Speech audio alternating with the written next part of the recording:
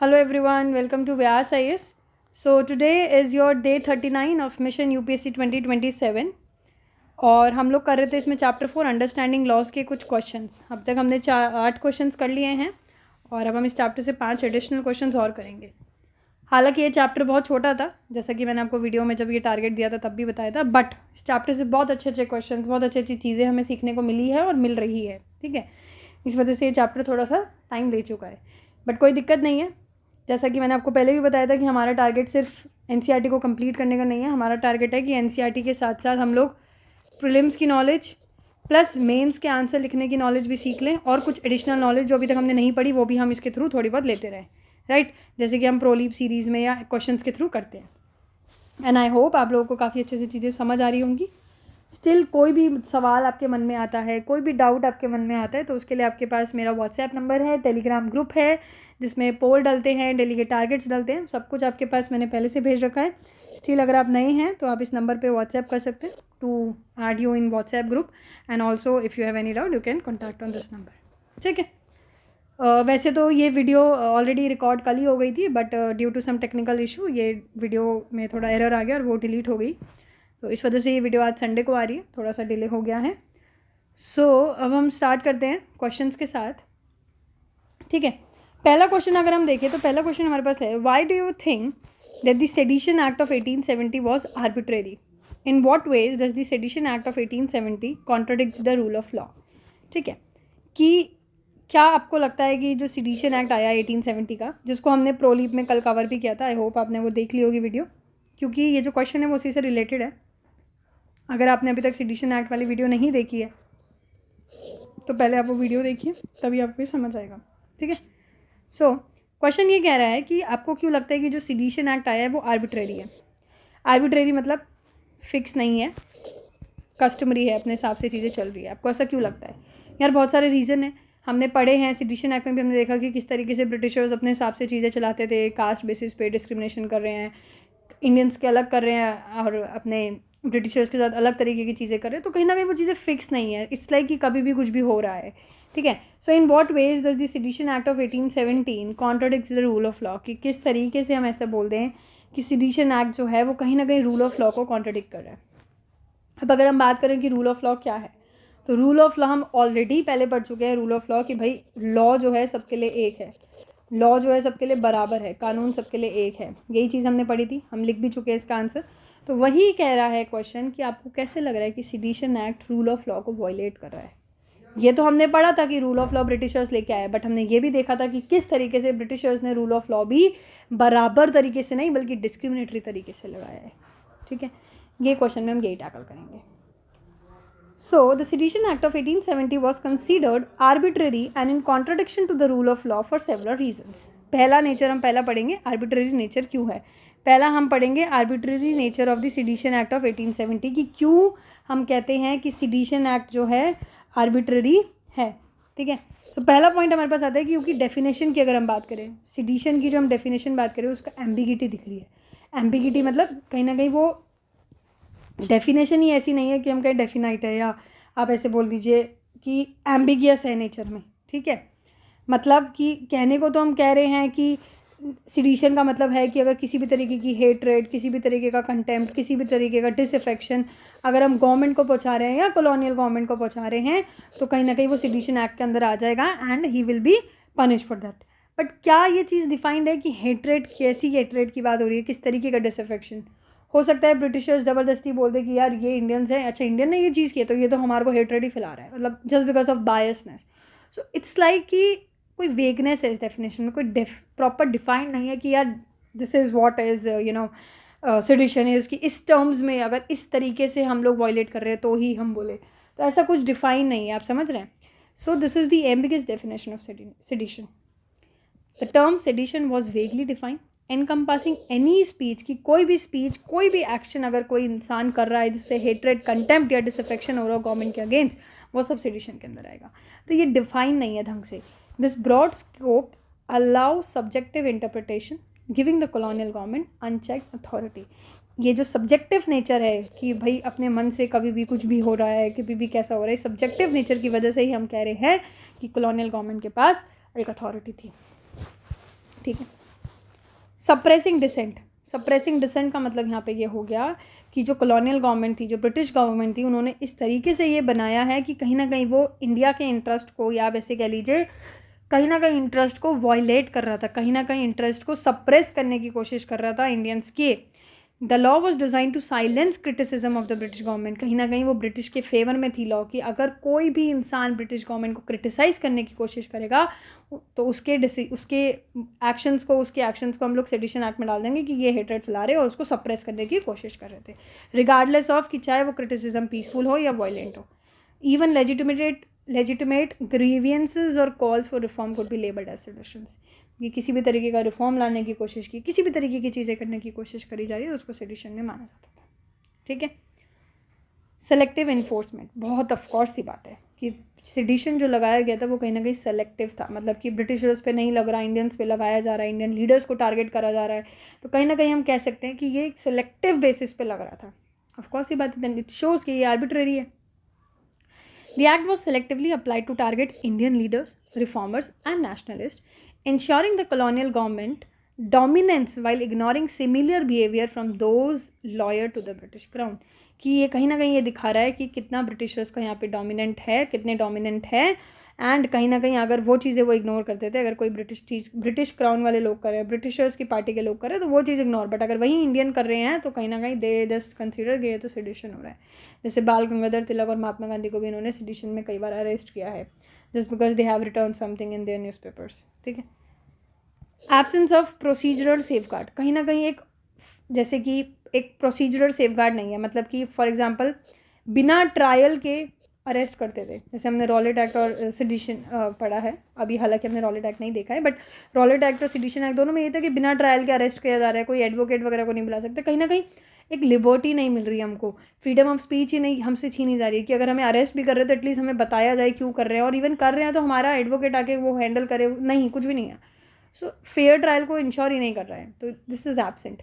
So this law lack adequate mechanism to ensure fair trials or protect individuals from malicious prosecutions, making it a tool of oppression। तो कहीं ना कहीं ये oppress करने की कोशिश कर रहे हैं। ठीक है। नेक्स्ट हम बात करते हैं आर्बिट्रेरी के बाद कि किस तरीके से ये रूल ऑफ लॉ को कॉन्ट्रडिक्ट कर रहा है। ठीक है। रूल ऑफ लॉ हमें पता है क्या होता है, तो उसको कैसे कॉन्ट्रडिक्ट कर रहे हैं वो हम देख लेते हैं कि कहीं ना कहीं इक्वालिटी को छीन रहा है, इक्वालिटी को वॉयलेट कर रहा है। ऑब्वियसली बात है, इक्वालिटी तो है ही नहीं ना यहाँ पे। So this rule of law mandates कि भाई रूल ऑफ लॉ तो यही कहता है कि हर इंडिविजुअल्स को हमें इक्वली ट्रीट करना है लॉ के अंदर, बट सेडिशन एक्ट कहीं ना कहीं क्या कर रहा है, डिस्प्रपोर्शनेट हो रहा है इंडियंस के अगेंस्ट और कहीं ना कहीं उनके साथ डिस्क्रिमिनेशन कर रहा है।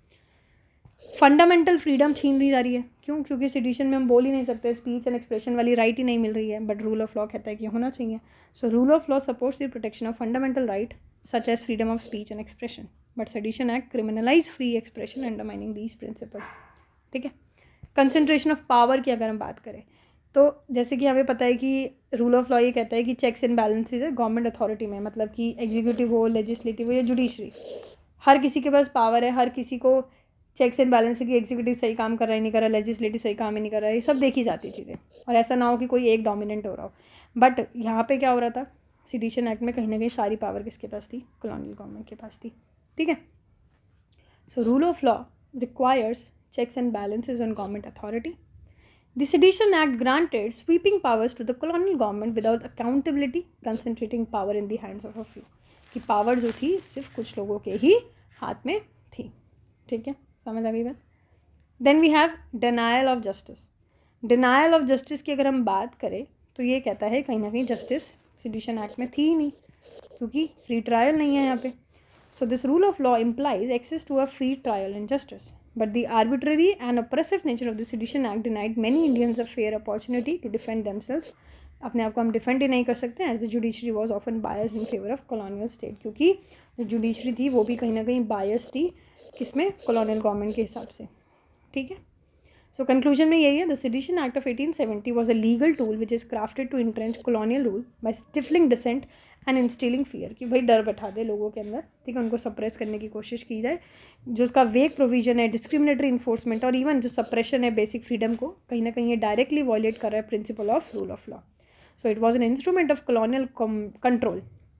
तो देखा जाए ये कंट्रोल करने का एक तरीका था ब्रिटिशर्स का, रादर देन जस्टिस प्रोवाइड करने का, विच हाईलाइट इट्स आर्बिट्रेरी नेचर। ठीक है, समझ आ गई बात।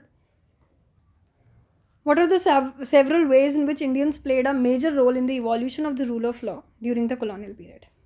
क्वेश्चन कह रहा है कि क्या बहुत सारे मतलब कौन कौन से बहुत सारे तरीके हैं जिसमें इंडियंस ने कहीं ना कहीं जो रूल ऑफ लॉ है उसको लेके आए, जो कॉलोनियल पीरियड से चल रहा है, हालांकि ब्रिटिशर्स लेके आए थे, बट उसको किस तरीके से इवॉल्व किया है ओवर द टाइम, किस तरीके से उसमें जो डिस्क्रिमिनेटरी फैक्टर था कैसे एलिमिनेट करने की कोशिश की और इवोल्यूशन हुआ है रूल ऑफ लॉ का, जो आज हम कह सकते हैं कि everyone is equal before the law, वो वाली चीज़।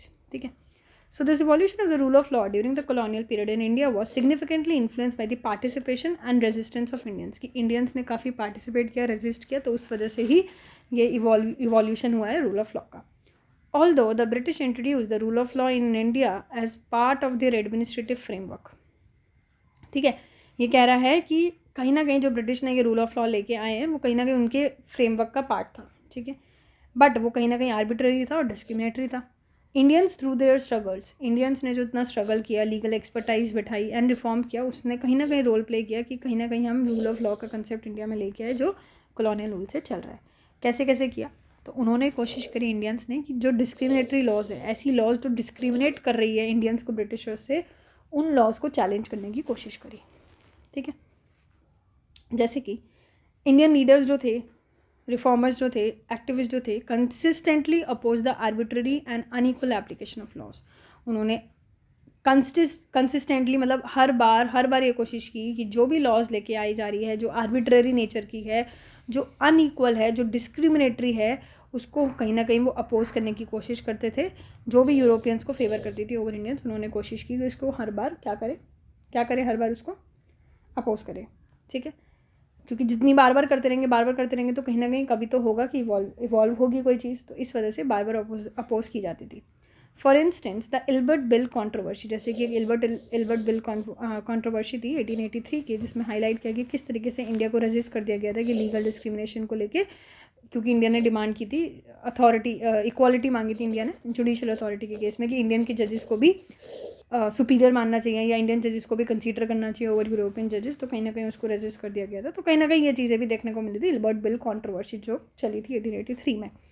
ठीक है, participation in legal institutions, participation की इंडियंस ने ये कोशिश की कि किस तरीके से वो रूल ऑफ इसको लेके आए, रूल ऑफ लॉ को इंडिया में इवॉल्व करे, कि उन्होंने भी लीगल इंस्टीट्यूशंस मतलब लॉयर्स वगैरह बनना शुरू किया, लॉयर बने, जजेस बने, अपनी लॉ में नॉलेज बनाई। जैसे आप देखेंगे महात्मा गांधी इंग्लैंड गए थे लॉ की पढ़ाई करने। ठीक है, तो ऐसे कहीं ना कहीं इन लोगों ने, जैसे BR अम्बेडकर भी गए थे, तो इन तरीके के लीगल इंस्टीट्यूशन में उन्होंने, इंडिया ने पार्टिसिपेट करना शुरू किया, बैरिस्टर बने। Indian become lawyer, judges and even legal scholars, mastering British legal frameworks and using them to challenge colonial policies. जैसे ब्रिटिशर्स के पास जो नॉलेज थी उस तरीके से उन्होंने भी कोशिश की और कहीं ना कहीं चैलेंज करने की कोशिश की किसको, कॉलोनियल पॉलिसीज़ को। एमिनेंट फिगर्स जैसे कि दादा भाई नौरोजी जो हैं, गोपाल कृष्ण गोखले हैं, बाल गंगाधर तिलक है, और इवन महात्मा गांधी और BR अम्बेडकर ने बहुत लड़ाई लड़ी। उन्होंने लीगल सिस्टम को यूज़ किया कि जस्टिस और इक्वालिटी देश में आए। ठीक है, कौन कौन, दादा भाई नौरोजी, गोपाल कृष्ण गोखले, बाल गंगाधर तिलक और even Mahatma Gandhi and BR Ambedkar. This we already know, हमने इनके बारे में पढ़ा है, but Bal Gangadhar Tilak, Gopal Krishna Gokhale and Dadabhai Naoroji ने भी काफ़ी इन चीज़ों पे लड़ाई लड़ी है। ठीक है, लीगल सिस्टम को यूज़ करने की कोशिश की है। The involvement of Indians in the legal profession demonstrated their ability to work within and improve the colonial legal framework, कि जो इंडियंस इन्वॉल्व हुए इस लीगल प्रोफेशन में, तो कहीं ना कहीं दिखा उनको भी, ब्रिटिशर्स को भी, और कहीं ना कहीं उनको भी ऐसे लगा कि हाँ we also have the ability कि हम लोग लीगल फ्रेमवर्क में काम कर सकते हैं। ठीक है, फाइटिंग फॉर सिविल लिबर्टीज़, कि इंडियंस ने कोशिश की जो सिविल राइट्स है, मतलब सिटीजन्स के लिए कहीं ना कहीं लड़ाई लड़ी कि लिबर्टी, हमें भी आज़ादी मिले, हमें भी चीज़ें मिले। ठीक है, Indian nationalist utilize the courts to fight for basic civil liberty and freedom of speech, कि इंडियन के जो नेशनलिस्ट हैं उन्होंने लड़ाई लड़ी कोर्ट्स में कि भाई हमें भी लिबर्टी चाहिए, फ्रीडम ऑफ स्पीच चाहिए, कि हम लोग भी खुले में बोल सके चीज़ें, कहीं ना कहीं हर बार सेडिशन एक्ट में नहीं पकड़े जाए। जैसे कि कुछ केसेस थे, बाल गंगाधर तिलक सेडिशन ट्रायल, आपको पता है 2 बार सेडिशन में बाल गंगाधर तिलक को जेल हुई थी। जैसे दूसरी बार में आपको पता है उन्होंने केसरी न्यूज़पेपर में लिख दिया था ब्रिटिशर्स के खिलाफ, तो उनके लिए उनको सेडिशन में पकड़ा गया था। तो कहीं ना कहीं ये सब चीज़ें सिंबल बन गई कि भाई हाँ, स्ट्रगल करने के लिए कि हमें जस्टिस चाहिए, with Tilak using the court room as a platform to expose colonial injustice and demand accountability, कि हमें भी ये सब चीज़ें चाहिए। ठीक है, influence of social reform movement की, जो सोशल रिफॉर्म मूवमेंट होते थे, ठीक है, सोसाइटी के लिए जो मूवमेंट लड़े जाते थे, जैसे राजा राम मोहन रॉय बहुत फेमस है, ईश्वर चंद्र विद्यासागर जी भी बहुत फेमस है। तो इन लोगों ने social reform, social issues movement को एड्रेस करने की कोशिश की, जिसमें उन्होंने कोशिश करी कि सती को अबॉलिश करें या फिर विडो रीमैरिज को प्रमोट करें और चाइल्ड मैरिज को बैन करे। तो ये तरीके की चीज़ें करने की कोशिश की, ठीक है। इस तरीके से सोशल इश्यूज़ वाले टैकल, इन चीज़ों को हैंडल करी, सोशल रिफॉर्म मूवमेंट लेके आए। तो कहीं ना कहीं उनके जो एफर्ट्स थे उससे एबॉलिशन हुआ सती का 1829 में, विडो रीमैरिज हुई 1856 में, विडो रीमैरिज एक्ट आया, ठीक है। तो किस तरीके से दिखाई कि किस तरीके से इंडिया भी लीगल लैंडस्केप को सोशल वैल्यूज़ के साथ अलाइन कर रही है। देन डिमांड फॉर रिप्रेजेंटेशन, कि इंडियंस ने डिमांड करी कि हम लोग को भी पॉलिटिकल राइट्स देनी चाहिए, वोटिंग राइट्स देनी चाहिए, रिप्रेजेंट करने के लिए राइट देनी चाहिए। तो इंडियन लीडर्स ने डिमांड करी कि हमारा भी पार्टिसिपेशन लेजिस्लेटिव प्रोसेस में होना ज़रूरी है, हमें भी कुछ लॉज वगैरह का पार्ट बनाओ जो इंडियन के इंटरेस्ट का हो, रादर देन कि हम सिर्फ ब्रिटिशर्स के ऑब्जेक्टिव को पूरा करते रहें, ठीक है। Organisation like the Indian National Congress pressed for legislative reforms, ये जो ऑर्गेनाइजेशन होते हैं जैसे कि इंडियन नेशनल कांग्रेस, उन्होंने कोशिश की कि लेजिस्लेटिव रिफॉर्म्स जो हैं इंक्लूडिंग, तो जो ऑर्गेनाइजेशन है जैसे इंडियन नेशनल कांग्रेस, आपको पता है कांग्रेस पार्टी जिसे हम बोलते हैं, उन्होंने कहीं ना कहीं लेजिस्लेटिव रिफॉर्म के लिए बोला कि हमें भी चाहिए कि हमारे को भी इलेक्ट करो इंडियन रिप्रेजेंटेटिव में, ठीक है। तो उसके लिए एक्ट भी आए, Indian council act of 1892 and government of Indian act of 1919, जिसमें हमने देखा फर्स्ट टाइम इंडियन में इलेक्शन हुए थे ना। हमने evolution of Indian voting system भी पढ़ा है। तो वही है कि इस तरीके से INC वगैरह ने कोशिश करी कि हमें भी इलेक्टेड रिप्रेजेंटेटिव की तरह, मतलब हमारे पास भी वोटिंग राइट है, हमारे यहाँ भी इलेक्शन हुए, ठीक है। Legal foundation of national movements की, जो नेशनल मूवमेंट्स थे उसको भी कोशिश की कि नेशनल मूवमेंट्स लेके आए जो किसके बेस्ड, जो इक्वालिटी को लेके चले, ठीक है, जस्टिस को लेके चले। तो इंडियन लीडर्स ने यूज़ किया colonial legal system to build the case for independence, ठीक है। इंडिपेंडेंस लेके आए, चैलेंज करना British policies on constitutional grounds, ठीक है। कुछ डॉक्यूमेंट जैसे कि स्वराज बिल और इवन कुछ कॉन्स्टिट्यूशनल प्रपोजल रखने की कोशिश की, जिसमें डिमांड की गई कि इंडिया को भी सेल्फ रूल बेस्ड होना चाहिए on the basis of equality and justice under the rule of law, कि हमारे को भी रूल ऑफ लॉ के अंडर हमें भी इक्वालिटी वगैरह चाहिए, ठीक है। ऑल्सो कोशिश की कि इक्वालिटी लाए before the law. So Indian ने काफ़ी रोल प्ले किया, Indians played a major role in demanding the application of equality before the law, a corner stone of the rule of law. This was in stark contrast to the discriminatory practices of the colonial regime, where Europeans enjoyed privileges under laws like the European Exemption Clause। कि वही है कि India ने भी ये कोशिश की कि हमें भी इक्वालिटी मिलनी चाहिए, जैसे यूरोपियंस को हर जगह ऊपर रखा जाता है ओवर इंडियंस, तो हमें भी ऐसी राइट्स चाहिए जिसमें हम लोगों का भी रोल हो, हम लोगों की भी साथ भी वही चीज़ें हों जो उनके साथ हो रही है, बराबरी होए, ठीक है। कॉडिफिकेशन एंड लीगल मॉडर्नाइजेशन की हर चीज़ कोशिश की कि आर्बिट्रेरी ना हो, हर चीज़ एक लिखी हुई फॉर्म में हो, रिटर्न फॉर्म में हो, हर चीज़ का एक फिक्स्ड हो कि यार इस क्राइम के लिए ये पनिशमेंट है या इस चीज़ के लिए ये प्रोसीजर है। तो कहीं ना कहीं ऐसी लिखी लिखाई चीज़ें होनी चाहिए, जिसके लिए ऑफकोर्स ये बात हमारे पास कॉन्स्टिट्यूशन आया। So Indian intellectuals and reforms participated in discussion on the codification of law, pushing form कि भाई सबके लिए यूनिफॉर्म लीगल कोड होने चाहिए, जिससे कि आर्बिट्रेरीनेस ना हो कि किसी के लिए कोई क्राइम के लिए ये पनिशमेंट दे दी, कभी ये दे दी, कभी ये दे, ऐसी चीज़ें ना हो, एक यूनिफॉर्म रहे। Their inputs influence the drafting of key legislation such as, जैसे कि IPC आया, फिर इंडियन कॉन्ट्रैक्ट एक्ट आया, फिर सिविल प्रोसीजर कोड आया। तो कहीं ना कहीं इन चीज़ों की वजह से ही ये डिमांड हम लोगों ने की, इस चीज़ों की वजह से ही ये IPC वगैरह आया। हालांकि अब तो IPC भी चेंज होकर BNS में आ गया, आपको पता है, ठीक है।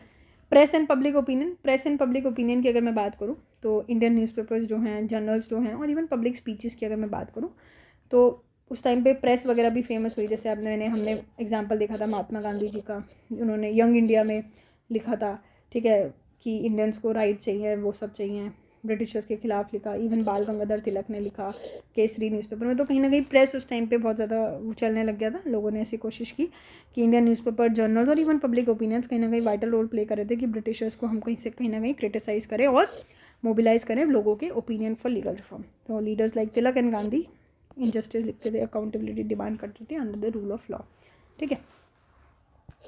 Advocating for a democratic and inclusive rule of law, कि जो भी लीडर्स थे BR अम्बेडकर वगैरह, उन्होंने बाद में ये कोशिश की कि मार्जिनलाइज कम्युनिटीज़ को भी राइट मिले, उनके लिए भी लीगल सिस्टम है जो उनको भी इंक्लूड करे, उनके लिए भी जस्टिस लेके आए। सो कंक्लूजन में यही है कि Indians play a critical role in shaping the rule of law during the colonial period, कैसे उनको चैलेंज करके जो भी डिस्क्रिमिनेटरी प्रैक्टिसेस है, लीगल रिफॉर्म्स को चैलेंज करके और इवन कॉलोनियल लीगल स्ट्रक्चर को यूज़ करके कि उसमें भी इक्वालिटी और जस्टिस लेके आए. So this effort laid the groundwork for the democratic and constitutional principles आए, जो बाद में डिफाइन करते हैं कि इंडिपेंडेंट इंडिया है, एंड इंश्योर करना evolution of a fair and more equitable legal system. ठीक है, उसी की वजह से IPC वगैरह आए. समझ आ गई बात. थर्ड क्वेश्चन हमारे पास आता है, often women who face violence or are abused are seen as victims. देखिए क्वेश्चन बहुत अच्छा है. ये क्या कह रहा है कि जो विमेन होती हैं जिनके साथ वायलेंस हो रहा है या जिनके साथ अब्यूज़ हो रहा है, उनको हम लोग देखते हैं एज अ विक्टिम कि ये तो विक्टिम है. ठीक है, बट जिस तरीके से विमेन स्ट्रगल करती है अलग अलग तरीके से कि इन सिचुएशन से भी सर्वाइव कर सके, कुछ अगर हुआ भी है तो उनको ओवरकम करके कोप अप करके सर्वाइव करे. ठीक है, बट विमेन स्ट्रगल करती है, वही कह रहा है question. So therefore it is more accurate to refer to them as survivor rather than as victim. तो फिर जब विमेन सर्वाइव ही कर जाती है तो हम विमेन को आज भी विक्टिम्स क्यों बोलते हैं? हमें विमेन की जगह सर्वाइवर बोलना चाहिए कि किस तरीके से वो लोग सर्वाइव कर गए उस सिचुएशन से. ठीक है, तो हमें वही बताना है कि क्यों वो चीज़ ज़रूरी है कि हम सर्वाइवर ही बोले, वाई नॉट विक्टिम, क्या इम्पैक्ट करता है. तो इस स्टेटमेंट से हमें क्या समझ आता है, यही चीज़ हमें एक्सप्रेस करनी है. ठीक है, क्वेश्चन देखते हैं, बहुत अच्छा था. आंसर अब हम देखते हैं कि किस तरीके से इसको अपन समझ सकते हैं. The statement highlights a shift in the perspective from seeing women who experience violence and abuse as victims to recognizing them as survivor. ये स्टेटमेंट दिखा रहा है कि किस तरीके से हम शिफ्ट कर सकते हैं अपने पर्सपेक्टिव कि विमेन को हम एज अ विक्टिम की जगह एज अ सर्वाइवर देखें. So this distinction is important as it reframes the narrative around their experiences. ये डिस्टिंक्शन इसलिए ज़रूरी है क्योंकि कहीं ना कहीं ये एक रीफ्रेम कर रहा है एक सेंटेंस को, एक चीज़ हमें दिखा रहा है कि किस तरीके से विमेन को हम विक्टिम की जगह एक सर्वाइवर बोल के किस तरीके से वो हमको एक स्ट्रेंथ दिखा रहा है. ठीक है, रेजिलियंस दिखा रहा है कि विमेन कितनी रेजिलियंट है, एंड एजेंसी रादर देन कि उनको पावरलेस दिखाए, रादर देन उनको पैसिव दिखाए कि वो अभी भी बेचारी वाली हाई वाली जो होती है ना, हाई बेचारी वाली सीन. बल्कि उसकी जगह हम विमेन को एज अ सर्वाइवर देखें कि wow how they have overcome with the situation with what they have faced. So here is an analysis of what this means. पहली चीज़, difference between victim and survivor, कि victim और survivor का क्या फ़र्क है, विक्टिम और सर्वाइवर में क्या डिफरेंस है. ठीक है, तो अब हम बात करें विक्टिम की. तो विक्टिम का मतलब हुआ कि विक्टिम का मतलब हो गया भाई किसी के साथ कुछ क्राइम हुआ और वो उसी चीज़ पे यार हाय मेरे साथ ये हो गया, हाय मेरे साथ, मतलब हमेशा लाइक सिंपैथी चाहिए हो, पिटीनेस चाहिए हो. सो the term victim focuses on the harm, suffering या फिर कोई ट्रॉमा एक पर्सन के साथ हुआ. तो कहीं ना कहीं ये सजेस्ट कर रहा है vulnerability and lack of control over the situation, कि वो बंदा अभी भी उस सिचुएशन से भरा नहीं है, कहीं ना कहीं उनका कंट्रोल नहीं है, अभी भी वो टेंस्ड है, परेशान है, ये सब तरीके की चीज़ें. ठीक है, सर्वाइवर की अगर हम बात करें, सर्वाइवर कौन होते हैं? जो सर्वाइव करते हैं सिचुएशन से. So it emphasise the strength, courage and actions which is taken to endure, resist and overcome violence और अब्यूज़. कि ऐसी चीज़ जो कहीं ना कहीं दिखा रहा है कि स्ट्रेंथ है, करेज है और एक्शंस है, जो कहीं ना कहीं कोशिश की है कि विमेन हो या कोई भी इंसान हो उसको ओवरकम करने की कोशिश करे. कोई भी ओवर वायलेंस और उनके साथ अब्यूज़ हुआ है, किस तरीके से वो उसको ओवरकम कर पा रहे हैं. It acknowledges their capacity to rebuild their lifes despite challenges, कि किस तरीके से वो कहीं ना कहीं क्या हो पा रहे हैं, किस तरीके से अपनी लाइफ को रीबिल्ड कर रहे हैं इतने चैलेंजेस होने के बाद भी. That is a survivor. ठीक है, रिकॉग्नाइजिंग एजेंसी एंड रेजिलियंस, कि विमेन को अगर हम सर्वाइवर की तरह देख रहे हैं तो कहीं ना कहीं वो दिखा रहा है कि उनको एक्नॉलेज कर रहा है उनके एफर्ट्स को, कि कैसे उन्होंने कोप अप कर लिया, कैसे नेविगेट कर रहे हैं उस अब्यूजिव सिचुएशन के साथ. ठीक है, जैसे कि हो सकता है हम हेल्प के थ्रू हुए, सीकिंग हेल्प और सपोर्ट, या फिर उनको प्रोटेक्ट करना, उनकी फैमिली को प्रोटेक्ट करके, या फिर उनकी जो पोस्ट अब्यूज़ लाइफ है उसको रीबिल्ड करना. इस तरीके से हम कह सकते हैं कि कहीं ना कहीं विमेन को हम एक्नॉलेज कर रहे हैं कि like how they have cope up, how they have navigate with abusive situations.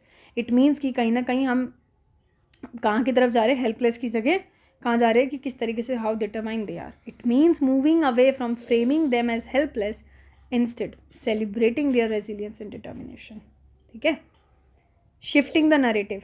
देखिए कई बार नाम अगर हम किसी को किसी को कुछ ऐसे टाइटल से बोले जो उसको डीमोटिवेट कर रहा हो, जो उसको कहीं ना कहीं उसकी डिग्निटी को वायलेट कर रहा हो, बट वहीं हम उसको थोड़ा सा रिफ्रेश करके कुछ अच्छा टर्म यूज़ कर दे या जो कम बुरा लगे सुनने में, तो कहीं ना कहीं वो चीज़ इम्पैक्ट चेंज कर देता है. ठीक है, आप समझ रहे हैं.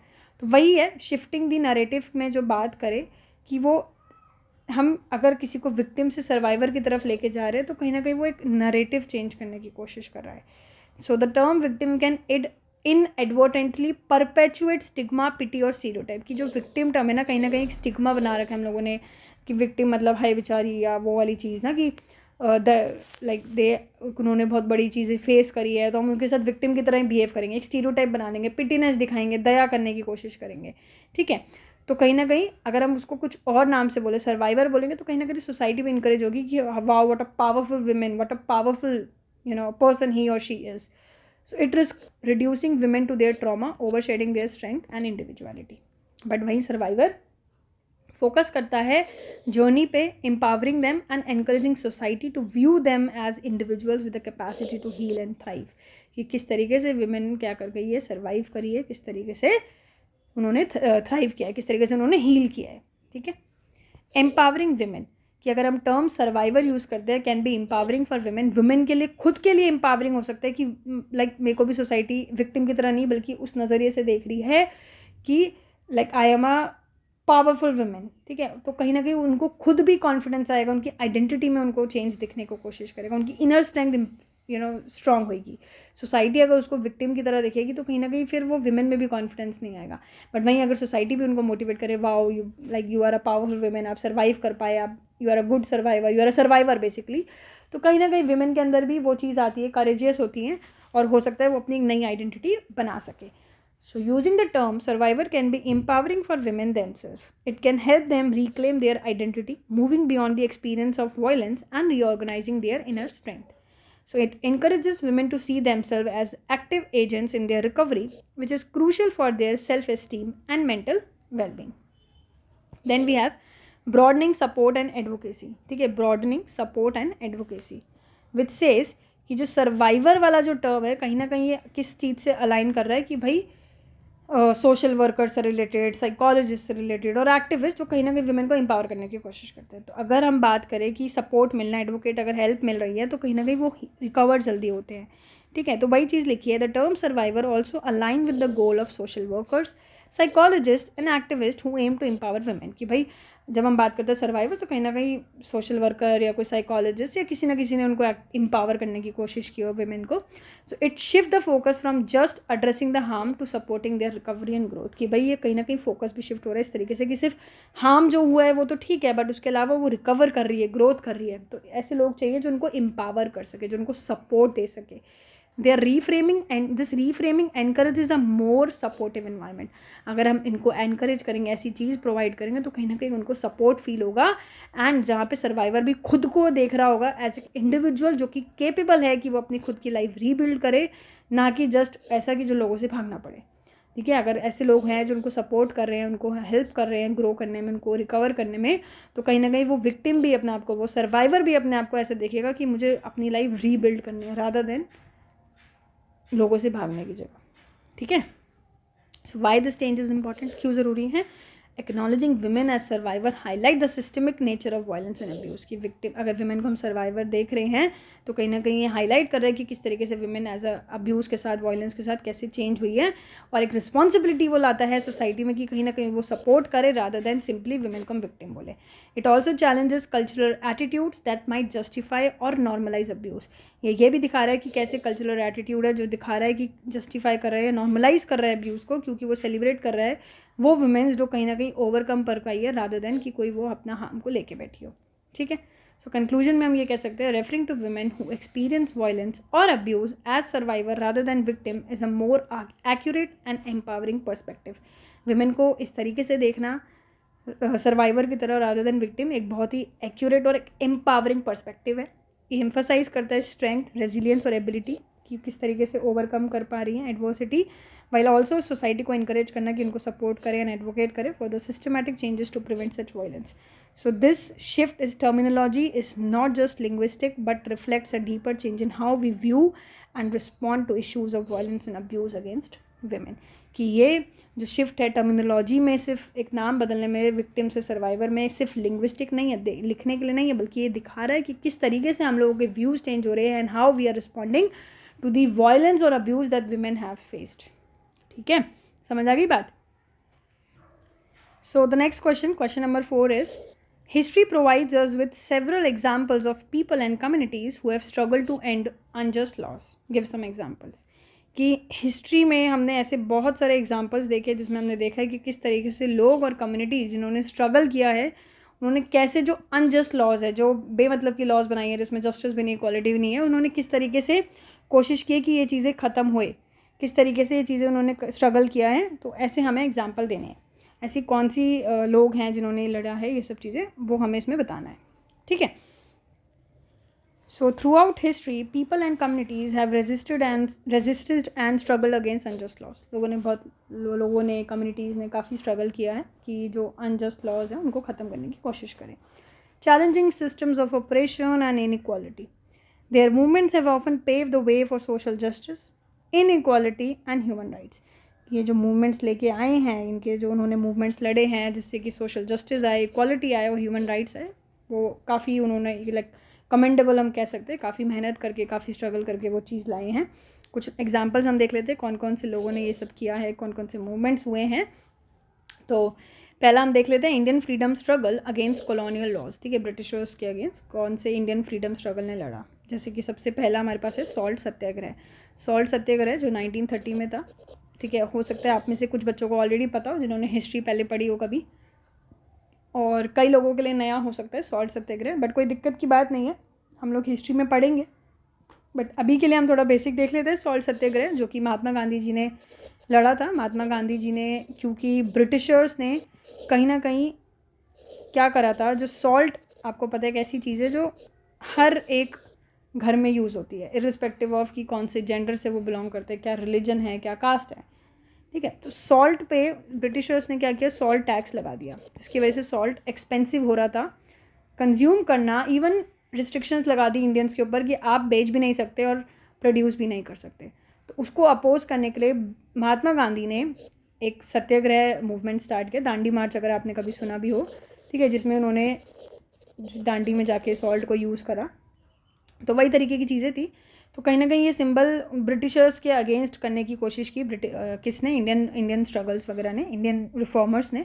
तो यही है कि किस तरीके से जो अनजस्ट लॉस थी, किस तरीके से हमारे इंडियंस ने उसमें कोशिश की, हमारे इंडियंस ने कि भाई इन चीज़ों को ख़त्म की जाए। तो पहला था हमारा salt Satyagraha which is led by Mahatma Gandhi. This movement oppose the British salt tax and unjust law that prohibited Indians from producing और सेलिंग सॉल्ट। सो कहीं ना कहीं ये कैंपेन एक सिंबल है of resistance against colonial exploitation, कि किस तरीके से जो कॉलोनियल एक्सप्लॉयटेशन है उसका अगेंस्ट एक सिंबल है जो दिखा रहा है। ठीक है, दूसरी चीज़ abolition of Rowlatt act. Rowlatt act अभी हमने हालांकि पढ़ा नहीं है, सेडिशन पढ़ा था हमने, रॉलेट और जलियांवाला बाग में सागर हम पढ़ेंगे। बट इसमें भी यही था कि ब्रिटिशर्स बिना किसी ट्रायल के अरेस्ट कर लेते थे इंडियंस को। ठीक है, तो कहीं ना कहीं इसमें भी यही था कि the act allowed detention without trial. तो ये भी एक अनजस्ट लॉ है, बिना किसी ट्रायल के तुम कैसे अरेस्ट कर सकते हो। तो वो चीज़ दिखा रहा था। Sparkling wide spread protest across India, जिसकी वजह से इंडिया में बहुत ज़्यादा प्रोटेस्ट हुए। So this Jallianwala Bagh massacre was a tragic outcome of these protest. इसी प्रोटेस्ट से ही जलियांवाला बाग मैसेकर हुआ था, जो अप्रैल 19 में हुआ था, 1919 में अमृतसर में। ठीक है, जिसके बारे में हमने फर्स्ट टाइम पे भी पढ़ा था जब हमने पॉलिटी क्लास 6 की फर्स्ट चैप्टर उठाया था, और डिटेल में हम अभी नेक्स्ट वीडियो में प्रोलीप में देखेंगे। Strengthening the resolve to fight colonial rule. ठीक है, then we have sedition law. Sedition law हमने पढ़ चुका है ऑलरेडी, जिसमें हमने देखा बाल गंगाधर तिलक और महात्मा गांधी जी को चैलेंज किया गया कि आपने सेडिशन लॉ का मिसयूज़ किया है, तो कहीं ना कहीं फ्रीडम ऑफ स्पीच को सप्रेस करने की कोशिश की। तो वही है, इंडियंस ने इसके खिलाफ भी काफ़ी कोशिश की, बाल गंगाधर तिलक हो, महात्मा गांधी हो, बहुत सारे लोगों ने कोशिश की कि कहीं ना कहीं ये सब तरीके की चीज़ें जो हैं अनजस्ट लॉ इसको ख़त्म करें।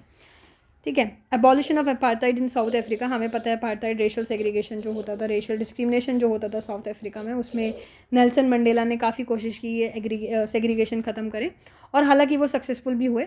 वही चीज़ है, रेजिस्टेंस टू अपार्थाइड लॉस। ठीक है, कि अब देखो इसमें से कुछ एग्जाम्पल्स आपको ऐसे लगेंगे जो नए लगेंगे, और कुछ ऐसे लगेंगे जो हम ऑलरेडी पढ़ चुके हैं, जैसे महात्मा गांधी जी, बाल गंगाधर तिलक वाला सेडिशन, सॉल्ट सत्याग्रह नया था, हालांकि जलियांवाला बाग हमें पता है, साउथ अफ्रीका वाला हमें पता है। तो 3-4 एग्जाम्पल तो हमें पहले से पता है, 1-2 एग्जाम्पल भी अगर हमें इस वाले आंसर से याद हो जाते हैं तो इट्स गुड, और नहीं भी होते तो कोई दिक्कत नहीं है। हम जान पूछ के अभी से सारी चीज़ें देख रहे हैं, जिससे कि हम बाद में भी जब कोई और आगे जाते रहे अपने नॉलेज में, तो हमें ऐसे लगे अच्छा ये तो हमने पहले भी पढ़ा है। It's like nothing is new for us. ठीक है, तो अपार्टाइड लॉ आया जिसमें यही था कि इंस्टीट्यूशनलाइज करने की कोशिश की रेशियल सेग्रीगेशन को और डिस्क्रिमिनेशन को, जो साउथ अफ्रीकन्स के लिए होता था, नॉन वाइट साउथ अफ्रीकन्स के लिए। जैसे कि नेल्सन मंडेला और इवन अफ्रीकन नेशनल कांग्रेस ने कोशिश की, इसको ख़त्म करने की कोशिश की। इवन नेल्सन मंडेला को 27 साल की जेल भी हुई थी, और जिन्होंने जो ये चाहते थे ख़त्म करने के लिए, बट उन्होंने काफ़ी स्ट्रगल किया और कहीं ना कहीं इसको अबॉलिश करने की कोशिश की, ख़त्म करवाया। फिर नेक्स्ट हमारे पास है कुछ American civil right movement. Civil right movement हमने पढ़े थे, जिसमें हमने रोज़ा पार्क्स के बारे में भी पढ़ा था। अफ्रीकन अमेरिकन वुमेन थी जिन्होंने पब्लिक ट्रांसपोर्टेशन रिफ्यूज़ कर दिया था, देने के लिए मना कर दिया था। तो वही है कि जिम क्रो लॉज इसके अंदर है, जिम क्रो लॉज जो कि 1920 सेंचुरी में हुआ था, जिसमें सेग्रीगेशन, वही है रेशियल सेग्रीगेशन ख़त्म करने की कोशिश की गई थी साउदर्न यूनाइटेड स्टेट में। कुछ एक्टिविस्ट थे जैसे मार्टिन लूथर किंग, अभी हमने इनके बारे में नहीं पढ़ा, हम पढ़ेंगे भी। रोज़ा पार्क्स के बारे में हम पढ़ चुके हैं। और कुछ ऑर्गेनाइजेशन थे जैसे NAACP, जिन्होंने कहीं ना कहीं ये कोशिश की कि ये जो सिविल डिसोबीडियंस, बॉयकॉट और मार्चेस वगैरह को रेजिस्ट करने की कोशिश की, ख़त्म करने की कोशिश की रेशियल सेग्रीगेशन को। ठीक है। वोटिंग राइट एक्ट कोशिश करी कि भाई पहले के टाइम पे ऐसा होता था कि जो अफ्रीकन अमेरिकन वुमेंस थी, अफ्रीकन अमेरिकन लोग थे, उनको ना वोटिंग राइट्स दी ही नहीं गई थी। तो वोटिंग राइट्स के लिए काफ़ी लड़ा लोगों ने कि वोटिंग राइट्स मिल जाए, क्योंकि पहले क्या होता था, उनको लिटरेसी टेस्ट पास करना पड़ता था और पोल टैक्स। लिटरेसी टेस्ट जिसमें कि चेक करने के लिए कि हाउ केपेबल यू आर, उनकी लिटरेट लेवल चेक करने के लिए, अगर वो पास हो जाते थे तो ही वो अलाउ थे वोट देने के लिए। या फिर पोल टैक्स होता था, पोल टैक्स जिसमें उनको एक फिक्स्ड अमाउंट ऑफ टैक्स देना है गवर्नमेंट को, वहाँ के गवर्नमेंट को, कि अगर आपको वोट देना है तो आपको हमें पैसा देना पड़ेगा। ठीक है। तो कहीं ना कहीं वो लोग डीमोटिवेट, कहीं ना कहीं ये उनसे राइट छीनी जा रही है ना, वोटिंग राइट। तो ये चीज़ों के लिए मूवमेंट लड़ी गई कि ये सब चीज़ें हटाई जाए, ऐसे literacy test, poll tax, voting right तो सबको देनी चाहिए। सफरेज मूवमेंट आए वुमेन्स राइट को लेके कि वुमेन के पास भी राइट्स नहीं थी वोट देने के लिए। हमने पढ़ा था ना, प्रॉपर्टी, इनकम वगैरह को लेकर रिस्ट्रिक्ट कर रखा था। तो ये सब चीज़ें लड़ी, सफरेज मूवमेंट हुई, जिससे कि ये सब चीज़ें हट के सबको राइट्स मिले, 18+ हो या 21+ हो, सबको राइट्स मिले कि वो वोट कर सकते हैं, रिप्रेजेंटेशन लाना यूनाइटेड किंगडम के अंदर। So women's like Emmeline Pankhurst and the women's social and political union campaign for the right to vote, challenging laws that excluded women from political participation. ठीक है, हटा दिया गया था ना। So this representation of the people act जो आया, वो कहीं ना कहीं इसी रिजल्ट से आया कि लोगों ने जो सफरेज मूवमेंट लड़ी उससे ही आया। Even United states 19th amendment 1920 में leaders like Susan B Anthony और एलिजाबेथ कैडी स्टैंटन ने इन चीज़ों के लिए लड़ी कि वोटिंग राइट्स वुमेन को मिले USA के अंदर। हमें इतना नहीं भी याद रखेंगे तो चलेगा, बट हमें इतना पता होना चाहिए कि ठीक है, वोटिंग राइट के लिए वुमेन सफरेज मूवमेंट वगैरह लड़ी गई थी। इवन कास्ट बेस्ड डिस्क्रिमिनेशन को ख़त्म करने के लिए आई थी टेम्पल एंट्री मूवमेंट, जो हमारे सोशल रिफॉर्मर है अम्बेडकर जी, और इवन ये बहुत इंपॉर्टेंट है पेरियार EV रामासामी। हम इनके बारे में बहुत पढ़ेंगे आगे जाके, हिस्ट्री में भी पढ़ेंगे। तो जो BR अम्बेडकर थे और पेरियार EV रामासामी, इन्होंने जो पहले आपको पता होगा टेम्पल्स में रिस्ट्रिक्शंस थी कि लोअर कास्ट वाले, कुछ कास्ट बेस्ड रिस्ट्रिक्शंस लगाई हुई थी कि हर कोई एंटर नहीं कर सकता, तो वो चीज़ें ख़त्म करने की कोशिश की।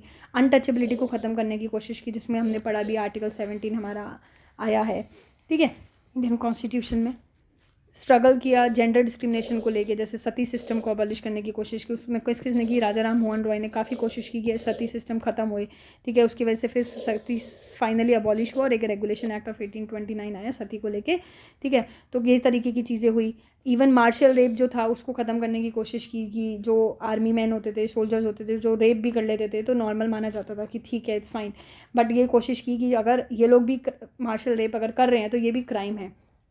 ठीक है, ये एक अनजस्ट लॉ है ना कि भाई इन लोगों के पास राइट है रेप करने का, तो दिस इज़ रॉन्ग। सारी राइट सबके लिए बराबर होनी चाहिए।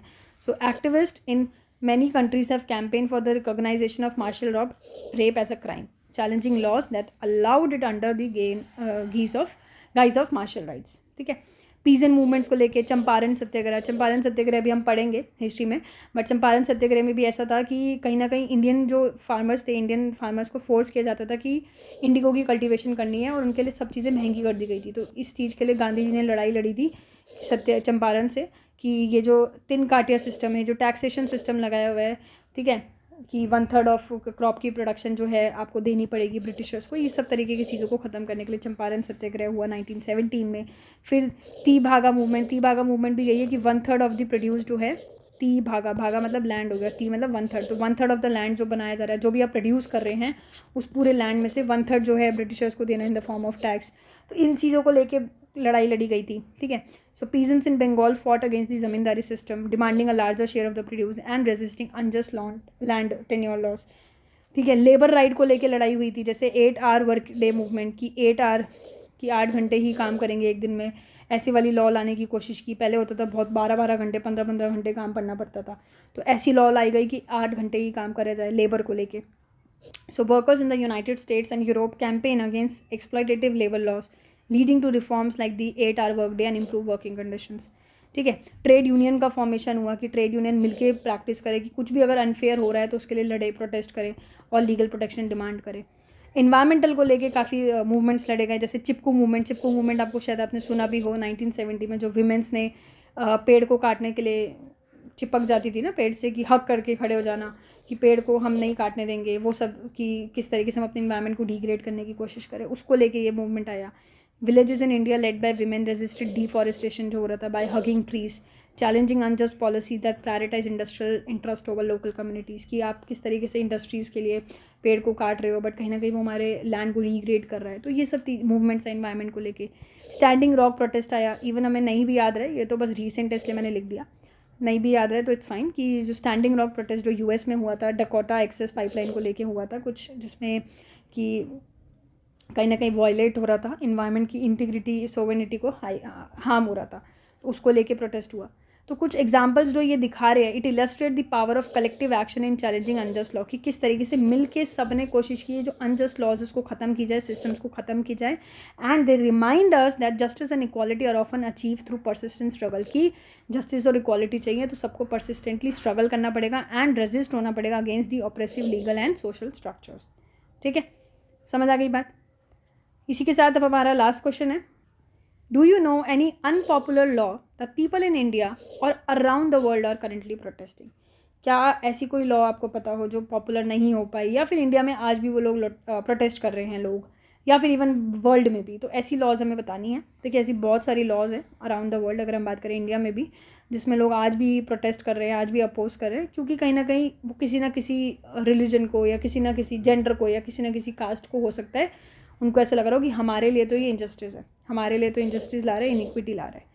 ठीक है, अब जैसे हम इंडिया में देखें तो सबसे फेमस है इंडियन सिटीजनशिप अमेंडमेंट एक्ट, जो कि 2019 का ही है। ठीक है, इसमें ऐसा था, कंट्रोवर्सी ये हो रही थी कि कुछ ऐसे बात हो रही थी कि जो 3 कंट्रीज़ है, लाइक पाकिस्तान, बांग्लादेश और अफगानिस्तान, तो कंट्रीज़ ने ऐसा बोल दिया कि अगर यहाँ पे कोई भी नॉन मुस्लिम माइग्रेंट आएंगे, कोई भी नॉन मुस्लिम माइग्रेंट यानी कि मुस्लिम के अलावा कोई भी माइग्रेंट अगर आएंगे इन कंट्रीज़ में, तो हम उनको जल्दी से जल्दी सिटीजनशिप प्रोवाइड कर देंगे।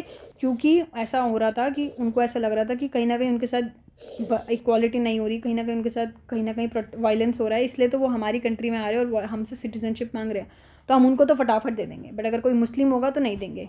ठीक है, तो इस तरीके की चीज़ें हो रही थी। तो कहीं ना कहीं मुस्लिम्स ने फिर वही है कि उस पर प्रोटेस्ट लड़ा कि क्योंकि हम तो कहते हैं सेक्युलर है हमारा इंडियन कॉन्स्टिट्यूशन, तो ऐसी तरीके की चीज़ें कैसी होएगी। ठीक है, मतलब यही था इसमें। तो वही है कंट्रोवर्सी की अगर हम बात करें तो the citizenship amendment act amend India citizenship law to fast track citizenship for non Muslim, कि जो भी नॉन मुस्लिम माइग्रेंट अगर पाकिस्तान, बांग्लादेश, अफगानिस्तान से आ रहे हैं तो हम उनको फटाफट से सिटीजनशिप दे देंगे, क्योंकि ये सारी कंट्रीज़ में आपको पता है नॉन मुस्लिम्स कंट्रीज़ हैं। जैसे देखा जाए पाकिस्तान, बांग्लादेश और अफगानिस्तान में मुस्लिम मिल जाते हैं, बट अगर कोई नॉन मुस्लिम वहाँ से भाग के आ रहा है इंडिया में, तो ऑफकोर्स ही बात है कुछ वायलेंस हो रहा होगा, तो इसलिए हम उनको तो दे देंगे फटाफट से सिटीजनशिप, बट अगर कोई मुस्लिम आएगा तो नहीं देंगे। ठीक है, तो इस तरीके की चीज़ें हुई। क्रिटिक्स ने आर्ग्यू किया कि कहीं ना कहीं डिस्क्रिमिनेशन हो रहा है on the basis of religion, क्योंकि इंडिया तो कहती है हम सेक्युलर कंट्री है, तो दिस इज़ अ डिस्क्रिमिनेशन। तो प्रोटेस्ट हुआ इसको लेके, बहुत सारा नेशन वाइड बहुत प्रोटेस्ट हुआ है। इवन शाहीन बाग जो दिल्ली में आपने देखा होगा कि काफ़ी लंबे समय तक विमेंस वगैरह ने लड़ाई वगैरह लड़ी, प्रोटेस्ट किए, इवन विमेंस ने भी किया। तो क्रिटिक ने लिंक किया CAA को with propose national registrar of citizen, fearing it could marginalise Muslims की राइट को कहीं ना कहीं वायलेशन हो रहा है। ठीक है, फार्म लॉज जो आपको सुना हो आपने कि जो 3 लॉ को लेके चल रहा था दिल्ली वगैरह में, हरियाणा वगैरह में जो प्रोटेस्ट चल रहा था फार्म लॉ को लेके, कि जो 3 लॉज थी जिसमें ये कोशिश की गई थी कि एग्रीकल्चर मार्केट को लिबरलाइज कर दी जाए, बट फार्मर्स को ये डर लग रहा था कि कहीं ना कहीं इससे हमारी इनकम स्टेबिलिटी चली जाएगी और हमारा सब कुछ धंधा कमा ही नहीं पाएंगे, तो फिर दिक्कत हो जाएगी। तो इस चीज़ को लेकर कॉन्ट्रोवर्सी चल रही थी। प्रोटेस्ट हुए, कहाँ पे हुए? जैसे पंजाब, हरियाणा में, जिसकी वजह से लंबे लंबे समय तक दिल्ली बॉर्डर पर बैठे रहते थे, है ना, तो उसकी वजह से काफ़ी प्रोटेस्ट हुआ। फॉरेस्ट कंजर्वेशन को लेके आया, 2023 में ही आई थी। कंट्रोवर्सी यही थी, the law seeks to reduce restrictions on the use of forest land, की वही ऐसी लॉ आई गई कि अब आप इतना ज़्यादा फॉरेस्ट लैंड को यूज़ नहीं कर सकते इंफ्रास्ट्रक्चर और इंडस्ट्रियल पर्पज़ के लिए। ठीक है, रिस्ट्रिक्शन कर दी। तो इन्वायरमेंटलिस्ट और ट्राइबल राइट एक्टिविस्ट थे, उन्होंने आर्ग्यू किया कि दैट कहीं ना कहीं फॉरेस्ट प्रोटेक्शन को undermine and displace indigenous communities की अगर हम यूज़ करेंगे तो कहीं ना कहीं जो कम्युनिटी है, जो वहाँ पे जो लोग रह रहे हैं वो तो डिस्प्लेस हो जाएंगे, फिर वो कहाँ जाएंगे। तो कहीं ना कहीं इसको लेके कंट्रोवर्सी हुई, इसको लेके प्रोटेस्ट होने शुरू हुए, ठीक है। फिर आफ्सपा एक्ट आया। आफ्सपा बहुत इंपॉर्टेंट है, arm force special power act, जो आर्म फोर्सेस को लेके था, जिसमें ऐसा था कि कुछ डिस्टर्ब एरियाज़ होते थे, डिस्टर्ब एरियाज़ जहाँ पे हम जो क्या होता था, आर्मी जो होती थी ना, कुछ एरियाज़ को डिस्टर्ब एरियाज़ बोल दिया जाता था कि ये डिस्टर्ब एरियाज़ है, जहाँ पे आर्मी कंट्रोल करती थी, कि अगर वहाँ पे कोई भी चीज़ कोई गलत कर रहा होगा तो आर्मी उसको जाके पकड़ लेगी। मतलब जैसे कि फॉर एग्जांपल आप अपने घर पे बैठे हैं तो कोई भी आपको आके पकड़ नहीं सकता ना एकदम से, क्या हो आप तो पकड़ लिया, घर आपको हम लेके जा रहे हैं, आपको हमने अरेस्ट कर लिया, ऐसे नहीं हो सकता, राइट। बट कुछ एरियाज़ ऐसे थे जो आर्मी को अंडर कंट्रोल में थे, जिसको डिस्टर्ब्ड एरिया बोल दिया गया, जिस बिकॉज वहाँ पे वायलेंस वगैरह होता रहता था। तो वहाँ पे अगर कोई भी कुछ गलत काम करेगा तो वो उनके पास हक था आर्मी के पास कि वो उनको अरेस्ट कर सकता है। So AFSPA grant sweeping powers to arm forces, disturb areas में उनको दी गई थी, including immunity from prosecution. It has been criticise for enabling human right abuse. तो कहीं ना कहीं क्रिटिसाइज करा लोगों ने कि तो कहीं ना कहीं ह्यूमन राइट अब्यूज़ कर रहा है, क्योंकि जम्मू कश्मीर वगैरह नॉर्थ ईस्ट इंडिया में काफ़ी ज़्यादा एक्टिव थी ये लॉ, ये आफ्सपा एक्ट, ठीक है। सो एक्टिविस्ट लाइक इरोम शर्मिला, जिनको हम आयरन लेडी ऑफ मणिपुर भी बोलते हैं, उन्होंने काफ़ी प्रोटेस्ट लड़ा इसको लेके, और आफ्सपा लेके आने मतलब इसको लेके उन्होंने काफ़ी लड़ाई लड़ी, प्रोटेस्ट किया। तो ये मणिपुर की आयरन लेडी की अगर हम बात करें तो वो कौन है, इरोम शर्मिला। तो emerging protest against environmental and technology loss, कुछ प्रोटेस्ट ऐसे भी थे जो इन्वायरमेंट को लेकर और टेक्नोलॉजी को लेकर चल रहे थे, जैसे कार्बन एमिशन लॉ की अगर हम बात करें, जो नीदरलैंड का है, कार्बन एमिशन को लेकर चल रहा था, जिसमें कंट्रोवर्सी यही थी कि स्ट्रिक्ट एग्रीकल्चर एमिशंस रेगुलेशंस बना दिए गए कि नाइट्रोजन पोल्यूशन कम करना है, ठीक है, जिसकी वजह से अपोजिशन होने लग गई कि हम लोग कैसे करेंगे, हमारी लाइफ को थ्रेटन हो जाएगा। तो ये प्रपोजिशन क्या कहते हैं, अपोजिशन होने लगा। प्रोटेस्ट में यही चल रहा था कि जो डच फार्मर्स थे, डच फार्मर्स बेसिकली नीदरलैंड वाले फार्मर्स को ही बोला जाता है, लोगों को बोला जाता है, उन्होंने लड़ाई लड़ी, ब्लॉकेज करने लग गए, रोड वगैरह एयरपोर्ट्स ब्लॉकेट करने लगे। तो ये सब तरीके का प्रोटेस्ट करने लगे, क्योंकि उनको बोल दिया गया था, स्ट्रिक्ट रूल्स बना दिए गए थे एमिशंस को लेके, ठीक है। इसी तरह AI को लेके, टेक्नोलॉजी रेगुलेशन को लेके, जो ग्लोबली आज भी चल रहा है, उसको लेके काफ़ी कंट्रोवर्सी होती है कि गवर्नमेंट वर्ल्ड वाइड ऐसे कहता है कि अब हम आर्टिफिशियल इंटेलिजेंस लेके आएंगे। तो कहीं ना कहीं उससे प्रिवेसी की बात हट हो रही है, सर्विलेंस एंड जॉब डिस्प्लेसमेंट हो रही है, क्योंकि अगर AI आ जाएगा हर चीज़ में तो कहीं ना कहीं अब जॉब्स चली जाएंगी लोगों की, प्राइवेसी वगैरह का कोई वो नहीं रहेगा। तो ये सब चीज़ों को लेके कंट्रोवर्सी चलती रहती है। तो प्रोटेस्ट में यही है कि some tech activists and workers argue these laws either fail to address core concerns like biases in AI or overreach stifling innovations, ठीक है, कि कहीं ना कहीं ये सब चीज़ें फिर प्रोटेस्ट वगैरह इस पर लेके चलता रहता है। So these protest against unpopular laws reflect the global tension between government policy goals and citizens' rights and expectation. They highlight the need for inclusive governance, public consultation and balancing competing interests to ensure laws are just and equitable. कि जो protest चलते रहते हैं popular law को लेके, वो यही tension की मतलब यही सब चलता रहता है कि सिटीजन्स की राइट हो, एक्सपेक्टेशंस क्या हैं, उन सब को लेके ही लॉ प्रोटेस्ट चलते रहते हैं। तो वही है, ये सब तरीके की चीज़ें थी, कैसे कैसे लॉज है।